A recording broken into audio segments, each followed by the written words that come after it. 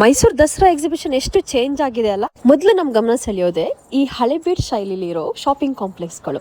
ಮೊದಲು ಟೆಂಪ್ರರಿ ಆಗಿರ್ತಿದ್ ಶೆಡ್ಗಳ ಬದಲು ಈ ರೀತಿ ಕಾಂಪ್ಲೆಕ್ಸ್ಗಳಾಗಿದೆ. ಎಷ್ಟು ಬ್ಯೂಟಿಫುಲ್ ಆಗಿದೆ ಇದು. ಎಕ್ಸಿಬಿಷನ್ ಹೈಲೈಟ್ ಅಂದ್ರೇನೆ ಮ್ಯೂಸಿಕಲ್ ವಾಟರ್ ಫೌಂಟೇನ್.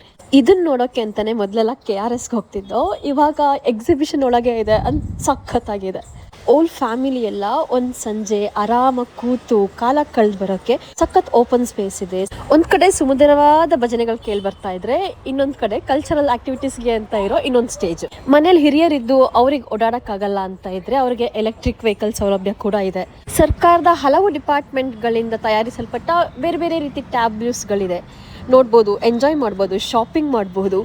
ಇನ್ನ ಎಕ್ಸಿಬಿಷನ್ ಮೇಜರ್ ಪಾಯಿಂಟ್ ಅಂದ್ರೆ ಇಲ್ಲಿರೋ ಸ್ಟನ್ನಿಂಗ್ ಗೇಮ್ಸ್ಗಳು. ಈ ಸಲ ಅಂತೂ ಇನ್ನು ಜಾಸ್ತಿ ಗೇಮ್ಸೇ ಇದೆ. ವಿಶಾಲವಾಗಿರೋ ಫುಡ್ ಕೋರ್ಟ್ಸ್ಗಳು, ಪ್ಲಾಸ್ಟಿಕ್ ಮುಕ್ತ ಪರಿಸರ, ಮೈಸೂರು ಅಂದ್ರೆ ಸ್ವಚ್ಛತೆ ಅನ್ನೋ ನೆನಪಿಸುತ್ತೆ. ಪ್ರತಿ ಬಾರಿ ದಸರಾಗ್ ಹೋಗಕ್ಕಾಗಲಿಲ್ಲ ಅಂದ್ರೂ ಎಕ್ಸಿಬಿಷನ್ಗಂತೂ ಹೋಗ್ತಿದ್ದೋ, ಬಟ್ ಈ ಸಲ ಸ್ವಲ್ಪ ಲೇಟ್ ಆಯ್ತು. ಕ್ರಿಸ್ಮಸ್ ಹಾಲಿಡೇಸ್ ಅಲ್ಲಿ ಹೋಗಿದ್ವಿ, ಬಟ್ ನಾಟ್ ಬ್ಯಾಡ್. ಎಕ್ಸಿಬಿಷನ್ ಅಂತ ಮೂಗ್ ಮುರಿತಿದ್ ನಮ್ಗೆ ವಾವ್, ಎಕ್ಸಿಬಿಷನ್ ಹೇಗಾಗಿದೆ ಅಂತ ಅನ್ನಿಸ್ತು.